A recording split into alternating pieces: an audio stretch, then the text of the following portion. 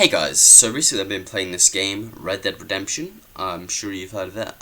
Been having a really great time playing it, so I thought, why not give it a review? It's a game I've been meaning to play for a while, but never quite got around to, but I had some free time recently, so I decided to start playing it. So, it is set in the not really the Old West, it's set in the early 20th century, I guess, kind of during this transitional period in the western area from the old classic Wild West setting to a more civilized, built-up setting, and that's kind of an idea which runs throughout the story of the game. And it's about this guy, John Marston, who's going throughout this kind of fictional area in the Wild West and looking to find his old gang members in order to help his family.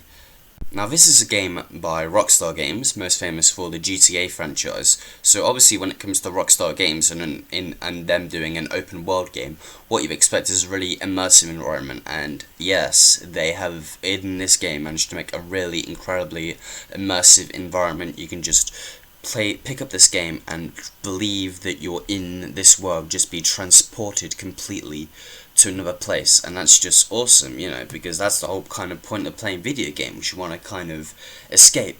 I mean, it's kind of well done in the graphics and in the way the whole environments are coded and built up. You just really believe that you're in that place, so it's just really fun to just kind of live this lifestyle, Obviously, when you come into a game, you want to you want it to have solid mechanics, and this game succeeds in that, especially in the combat system. I think it really works. It has an easy to grasp system in terms of covering and auto aim. It also has a unique system in its Deadeye, which obviously does a couple of things. It adds to the level of immersion you feel into the world. It's also just a really fun mechanic, which you can really just, when you get a really good streak on it, you can just feel like a badass.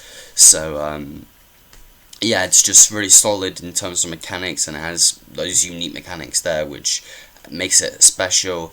And in terms of the transport, the movement, it's obviously got the same kind of on-foot movement as GTA, but in terms of on horse, it's again, they made it unique in that on Xbox you have to kind of tap the A button multiple times to control the speed of the horse. I mean, they could have just, for example, the horse riding system in Skyrim, it's pretty simplistic. They could have just gone the way of GTA and, I don't know, had them control the speed with the triggers or something, but they made a unique system which kind of simulates, it's pretty hard to simulate the experience of horse riding, but I feel it simulates that as best as it can in a video game, which again just adds to the level of immersion, and you kind of have to be a bit more focused when you're on the when you're riding your horse around in between areas. You can't just turn off, you gotta focus, because you gotta keep the horse controlled and at a certain speed. Now, in order to keep interested in the game, I think one of the things it needs to do well is have a great story with interesting characters. Now, that is probably one of the best things this game does, and it's all down to the central character of John Marston. He's a really interesting character in the way kind of his backstory is built up. You're just really interested to see what happens to him, and obviously that just keeps you interested in the game, makes you invested in the events which happen in the game, which adds an emotional layer to it. It's not just you're just pressing some buttons, you're really interacting with this world, if you know what I mean. Now, this game uses a GTA style mission system, which whilst it has its strengths in that it kind of builds characters in a very conventional way, it also has its weaknesses, because obviously as the story moves, you take missions from certain characters in a row and then you move on. And the thing is, a lot of characters are kind of left behind, never to be kind of mentioned again. I mean, their story arcs are often kind of closed, but often those characters are kind of really interesting, and you want to kind of get to know them more, spend more time with them. But obviously, due to the way the mission system works, you can't, which can kind of be annoying sometimes. I mean, there are certain characters which are revisited, but not really enough to be satisfying. I mean, I know I can't really criticize it that much, but that's just the system. But that was just something I noticed, so I thought I might better mention it. Now, one of the most interesting things about this game, I would have to say, is the ending. The ending of this game is, when it happened, I was just like, oh, that's interesting, because it takes a big risk. Okay, now, I'm not going to say whether or not this risk works or not. It's something which makes sense and works in terms of the story, but in terms of gameplay, in terms of it making sense within the world, I'm not so sure. I mean, just playing the game after the ending, what happens in the ending, and continuing the activities in the world, it just kind of doesn't quite work as much.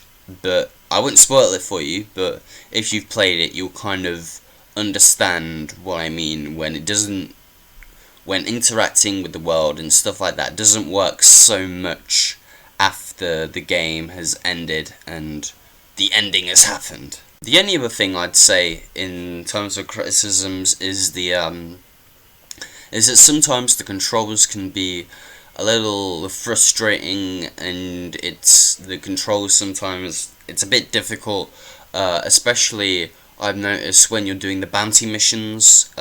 Sometimes you're trying to lasso the bounty in order to capture him alive. It's a bit, sometimes you can't really do it properly, and that can occasionally be a bit frustrating. It's always frustrating when you don't feel like you have proper control of the game. Usually I do feel like I have full control of the game, but there are just sometimes those moments where I feel like I don't have full control, and it's quite frustrating. Now, in conclusion, I think those criticisms of the game are incredibly minor, and this is just a really, really enjoyable game. I mean, I would say it is definitely in my top 2 of Rockstar games I've ever played.